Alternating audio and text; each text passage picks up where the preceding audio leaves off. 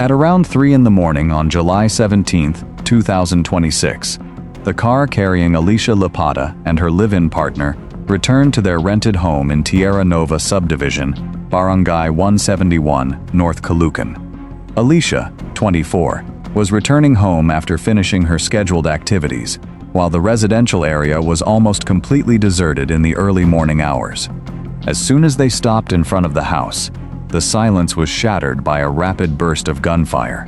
Two men riding together on a motorcycle suddenly approached and opened fire on them. Police reports were not entirely consistent about where the first shots were fired. An initial report from the Northern Police District, or NPD, said the two attackers entered the rented house and opened fire, after which the victims tried to run outside.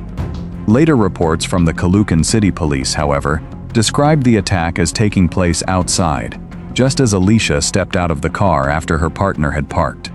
Although the reports differed on exactly where the shooting began, the outcome was quickly established. Alicia was struck multiple times in vital areas and died at the scene. Her partner was also shot several times and critically wounded, but survived and was rushed into emergency surgery. Investigators later recovered a total of 7 .45 caliber shell casings from the scene. Given the seriousness of the killing, the Northern Police District immediately activated a special investigation task group named SITG Mima to track down the gunmen and determine the motive. The first important clue about the nature of the attack came not from speculation, but from surveillance data. As investigators collected and backtracked security camera footage from around Barangay 171, they discovered that the two men on the motorcycle had been seen moving through the area 15 to 20 minutes before Alicia's car arrived. Their presence in the area 15 to 20 minutes before Alicia returned led police to believe the suspects may have been waiting and watching for the moment she appeared. But who had planned the ambush, and what had turned a 24-year-old vlogger into a target?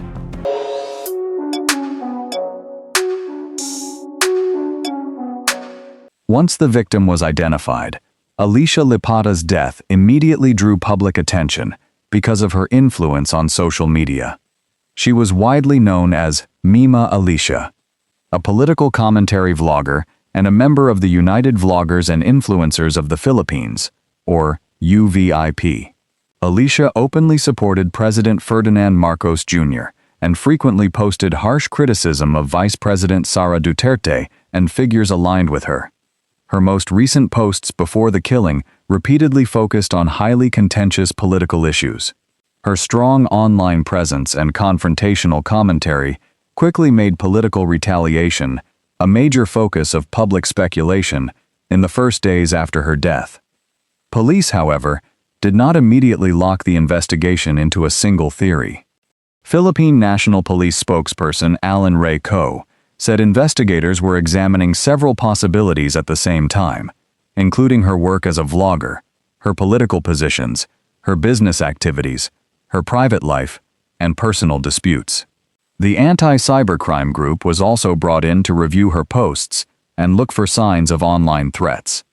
Caloocan police also examined an earlier legal dispute involving Alicia and another person, including a counter-complaint that had previously been filed against her. That person had once been considered a person of interest. In the first days, investigators were looking at a broad range of possible motives involving social media, politics, business, and Alicia's personal relationships.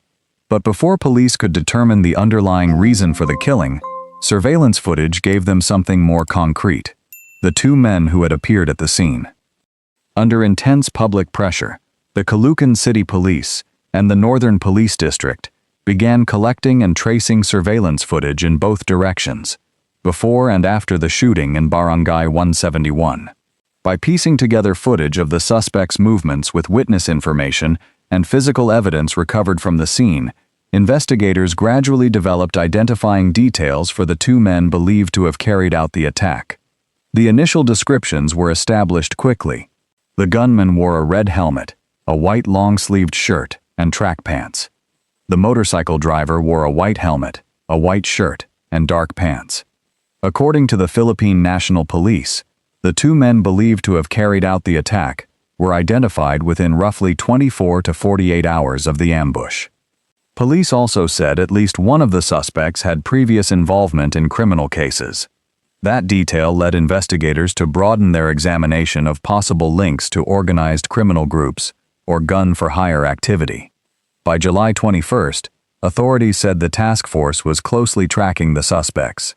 Interior Secretary Johnvik Ramula and PNP officials said the case showed clear signs of a professional contract killing.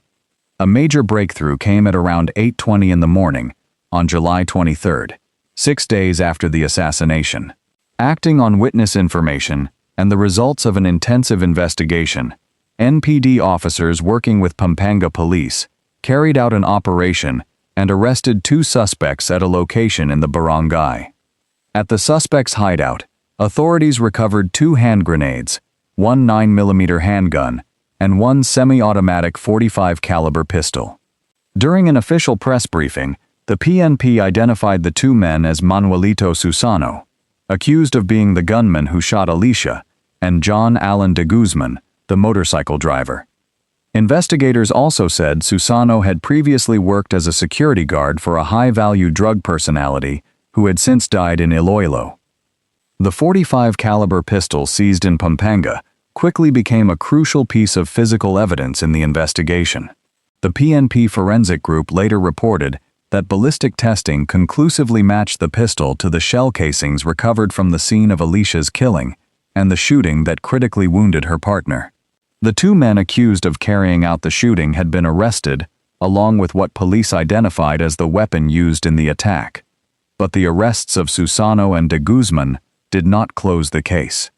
In their early statements, police immediately raised a larger question: who had contacted them, paid them, and ordered the killing of Mima Alicia?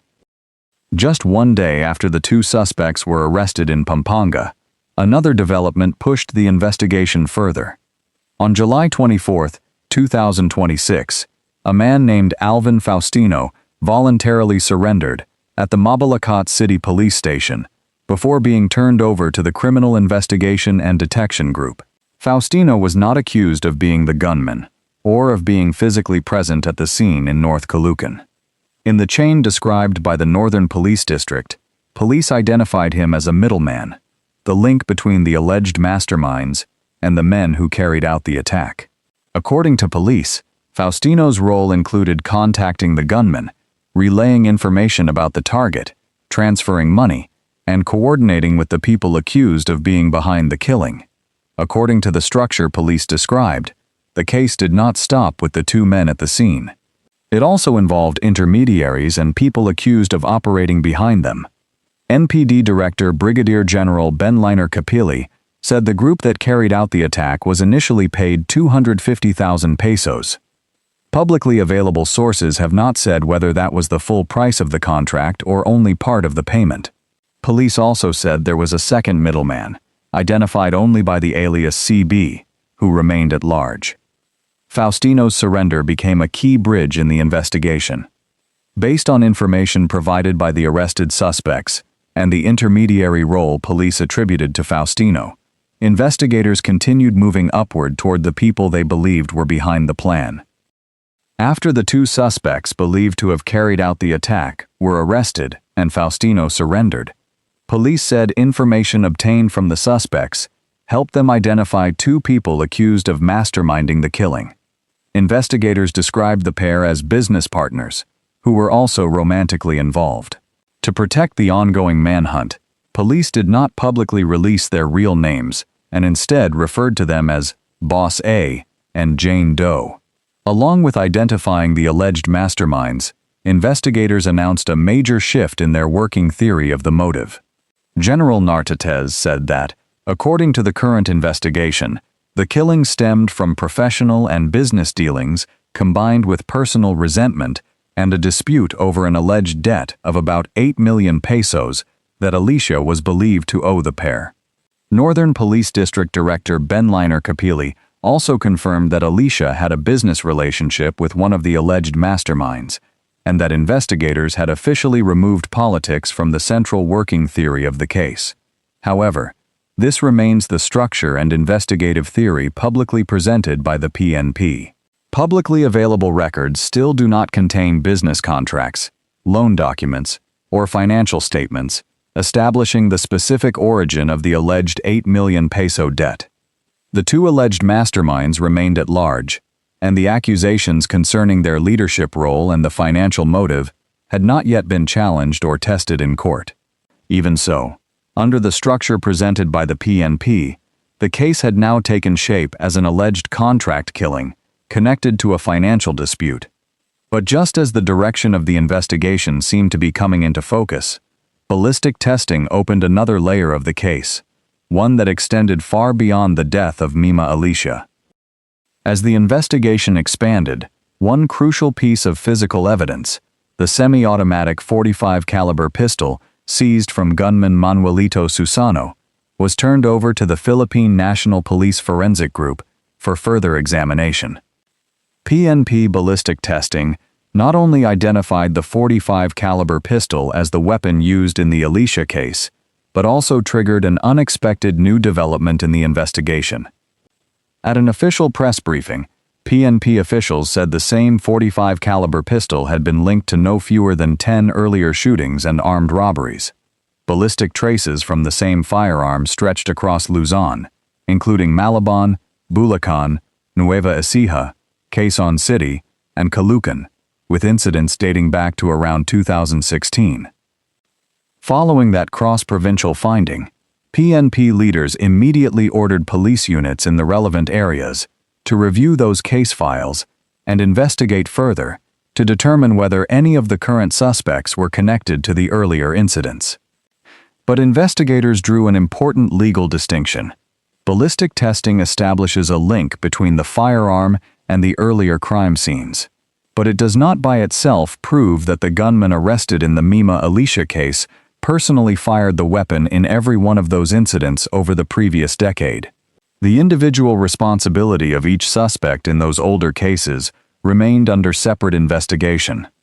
The PNP also said Susano had previously worked in security for a high-value drug personality who had died in Iloilo. However, investigators had not released evidence showing that this detail was directly connected to any of the earlier cases linked to the .45 caliber pistol. The weapon used in Alicia's killing had opened another investigative path, involving multiple earlier shootings and armed robberies. But in the murder of Alicia Lipata itself, the legal process was still far from complete. On August 3, 2026, the Philippine National Police officially declared the Mima Alicia murder case solved. Under the police definition, a case is considered solved when every link in the criminal chain has been identified and formal criminal complaints have been filed with prosecutors. Of the 6 people accused, 3 were in custody: gunman Manuelito Susano, motorcycle driver John Allen de Guzman, and middleman Alvin Faustino. The other 3, the 2 alleged masterminds, Boss A and Jane Doe, along with the second middleman, CB, remained at large and were still being sought by authorities. Police and the CIDG filed murder complaints over Alicia's death and frustrated murder complaints over the injuries to her partner against all 6 suspects with the Caloocan City Prosecutor's Office.